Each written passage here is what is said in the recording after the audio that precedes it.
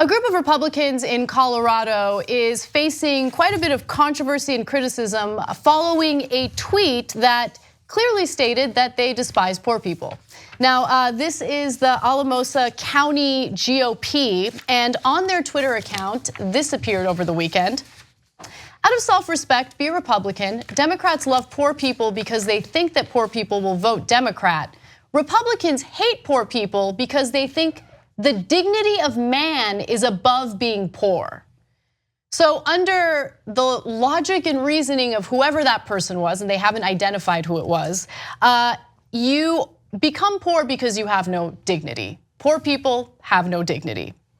Well, they got so much backlash that they decided to issue an apology, and that apology essentially said that no, look, this person has offered to resign and we have accepted this person's resignation, but they weren't referring to poor people. The regrettable post was made with the intention of condemning poverty, not persons affected by poverty, and was not meant to insult anyone. Let's go back to the original tweet, okay? It said, and I'm quoting it, Republicans hate poor people because they think the dignity of man is above being poor. Okay, yeah, so look, I think that this just reinforced what we already knew about not all of the Republicans in the country, but a sizable portion.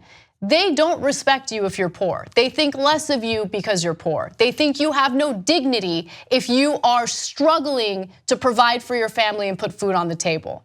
And guess what? That is the majority of us. If you look at the statistics, the vast majority of Americans are living paycheck to paycheck. So let's go to those numbers. Currently, the richest 1% hold about 38% of all privately held wealth in the US, while the bottom 90% held 73% of all debt. The richest 1% in the US now own more wealth than the bottom 90%.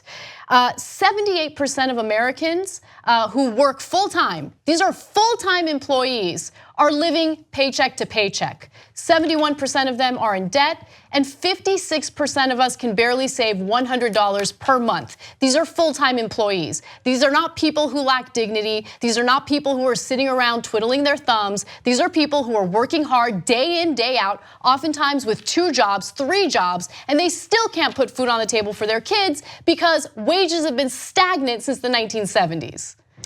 So when a person is born poor, I guess they lack dignity because you start out in a certain socioeconomic class and there's nothing you can do about it. And your chances of climbing out of that hole are much, much, much lower than a rich person being born in the highest economic class. So at least acknowledging that fact would be helpful. I mean, I'm getting past the he hates poor people. I'm glad at least some Republican admitted it. And they admit it in their policies. I know, but our media, you think because they from time to time point out the absurdity of Donald Trump and they're in a Twitter battle with Donald Trump, that they're doing their job. No, they take the Republicans seriously. And they go, oh, well, they passed a tax plan and they think it's tax reform. And I saw one anchor ask, hey, the corporate tax loopholes, you were supposed to get rid of them. Did you ever get rid of any of them? And a Republican was like, and he couldn't name a single one. One anchor. Did the rest of them say, no, this is done on behalf of the rich, who are the donors. The donors literally said, you will give us this, otherwise we will stop funding you. No, they don't mention it. They mention it as like, oh, well, Republicans think this is gonna help the economy. No, they don't. No, they don't. They did it in Kansas. It devastated the economy of Kansas. They've been doing it for decades here. It devastated our economy and our wages, and that's why we're in the hole that we're in now. The Republicans aren't honest actors. They don't actually think it's gonna help the economy. They're for the rich and they hate the poor. But they won't, this guy at least says it, and the anchors won't report it. We're having a policy debate. We did supply side economics for 40, 50 years. We've got giant deficits. We've got wages that have been stagnating since 1978.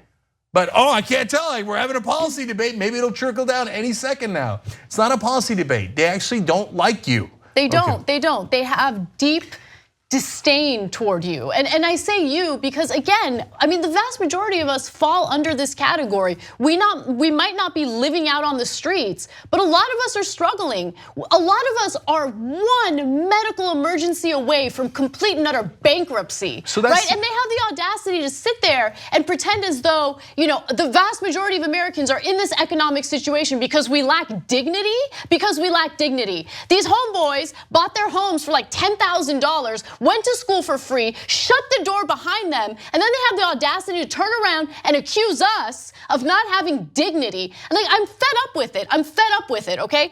I mean, you look at the numbers. Average college graduate has $30,000 in student loan debt. 1/5 of college graduates have over $100,000 in student loan debt. Home prices continue to rise 3 times faster than the rate of inflation. 3 times faster than the rate of inflation. Homes are too expensive. We're drowning in student loan debt, okay? And they have the audacity to accuse us of not having dignity. Those who have no dignity are the ones who shut the door behind them after taking advantage of all the great opportunities in this country. Those are the ones with no dignity. So that's 78% number, living paycheck to paycheck. About 4/5 of the country will be bankrupted by $750 bill that they didn't expect. If that's not all of us, I mean, that 4/5 of the country, right? And they think you deserved it. You deserved it. Oh, we don't have single payer health care, so you're all on your own and you have a medical emergency and it bankrupts your family. Ha ha, you deserved it. Your mom got cancer. I don't care, you deserved it. You're born poor. I don't care, you deserved it. Because rich people earn it, they have dignity. They deserve all the money. Now wait, didn't you fix the rules so that rich people can privately finance the elections and donate to politicians and then get them to write the laws on their behalf? That's why our wages have flatlined since 1978. No, we deserved it. And you deserve the misery that you're in. Look, I'll give you a racial example, but you can give it doesn't have to be racial at all. African Americans in this country, on average, if they're born to a 2-parent family, have a net wealth, a family that they are born into has a net wealth of $16,000. Same family that's white, 2-parent family, born into net wealth of $160,000. You think that doesn't make a difference? Your starting point, you think it doesn't make a difference? Of course it makes a difference. But guys, it isn't about white or black in this case. It's all of us, like we said, 4/5 of the country. In this case, not about white privilege, it's about rich privilege. And this guy gets born rich and then goes, you poor people, I hate you because you didn't have the dignity that I have. That's how they view you, and it's sickening. What you just watched was one of the videos that we do today, but we actually do a whole 2-hour show every single day. It's a podcast. You could watch it in video or listen to it as audio. You can download it, you can stream it, and you get it completely ad-free if you could become a member of the Young Turks. TYTnetwork.com/join.